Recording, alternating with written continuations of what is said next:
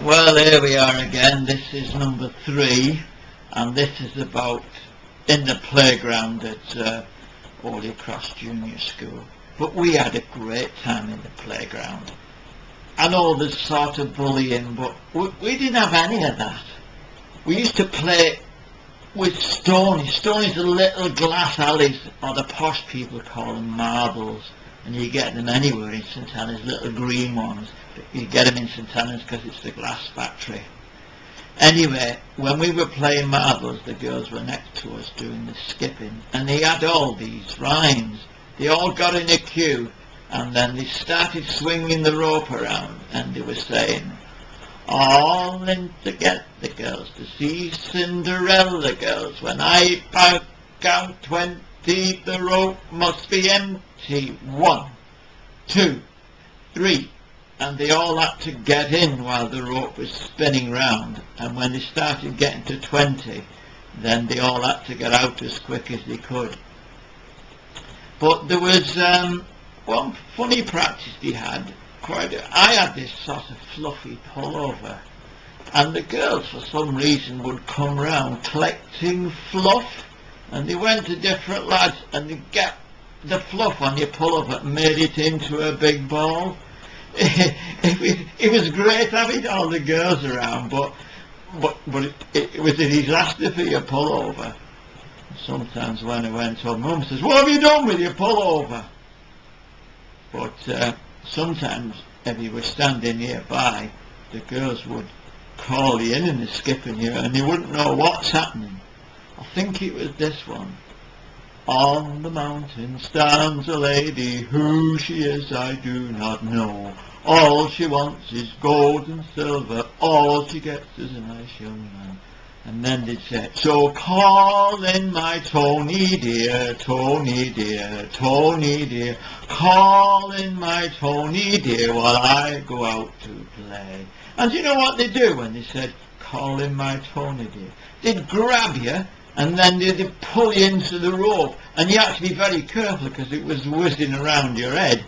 And then I couldn't jump, and I just put one foot up and the other foot, and they had a great laugh at us. But anyway, in that corner, our school was next to the Protestant school. I think it was the parish school. And some days they would walk past in Charles Street. And for us, like, the Protestants were like Martians. We thought, they really belonged on another planet. And we were sort of naughty little boys, because we'd put our head near the railings and we'd shout at them going past, because we were Catholics, you see. And we said, proddy dogs, proddy dogs, proddy dogs. And we sort of pull faces at them through the railings. No, it was okay. I know you wouldn't sort of do that, but the main thing was that they couldn't get over the railings and batter us. That was the main thing. And in the canteen, we had a great time in the canteen. People complained, but I thought it was good. When we went in, we had this competition looking for a Busby spoon. And there were only a few. I don't know what was special about the Busbys. We didn't get a prize for it. But we really created chaos, pushing and shoving to get it, to look for a Busby.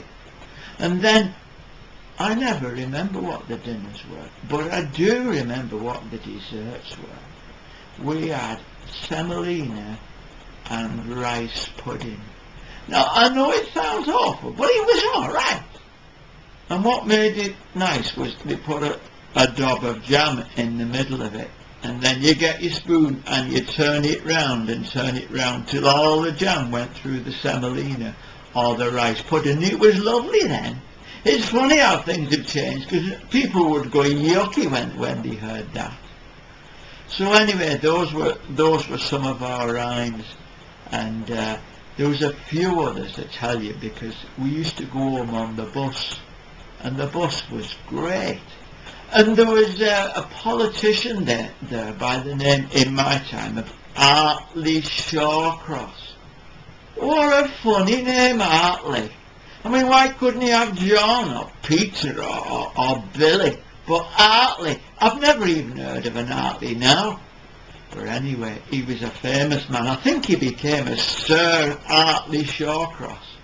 But we had this rhyme, and we'd sing it on the bus going on. We'd always go on the top deck, and then we'd go to the front seat and stick out our sandals, and then we'd all get singing.